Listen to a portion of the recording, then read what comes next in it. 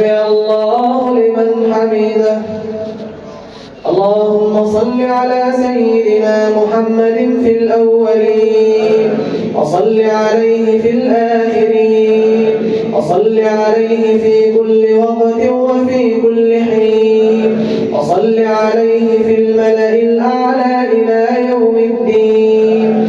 اللهم اجعلنا بالصلاة عليه من الفائزين، وعلى حوضه من الواردين الشاربين، وبشفاعته من الناجين.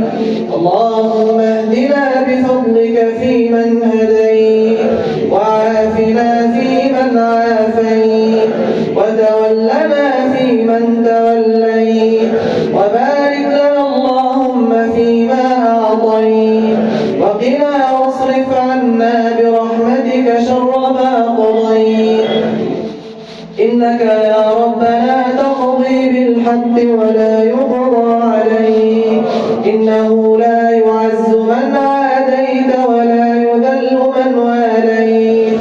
تباركت ربنا وتعاليت، فلك الحمد على ما أعطيت، ولك الشكر على ما أنعمت به علينا وأوليت.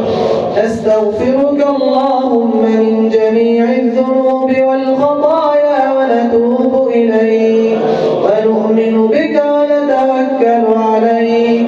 أنت القوي ونحن الضعفاء إليك. اللهم اقسم لنا من خشيتك ما تحول به بيننا وبين معاصيك، ومن طاعتك ما تبلغنا به جنتك، ومن اليقين ما تهون به علينا مصائب الدنيا. ومتعنا اللهم بأسماعنا وأبصارنا وقوتنا أبدا ما أحييتنا، واجعله الوارث منا، واجعل ثأرنا على من ظلمنا، ولا تجعل مصيبتنا في ديننا، ولا تجعل الدنيا أكبر همنا ولا مبلغ علمنا ولا إلى النار مصيرنا. اللهم ابدأ لنا شهر رمضان برضوانك، والعتق من نيرانك، والفوز بجنانك.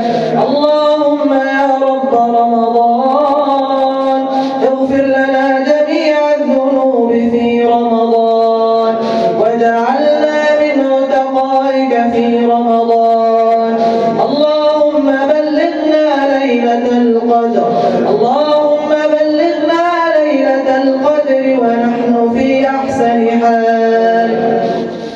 اللهم لا تدع لنا ذنبا إلا غفرته، ولا عيبا إلا سترته، ولا مريضا إلا شفيته، ولا مريضا إلا شفيته، ولا ميتا إلا رحمته، ولا ميتا إلا رحمته، ولا ميتا إلا رحمته، ولا مسافرا إلا سالما غانما رددته. الله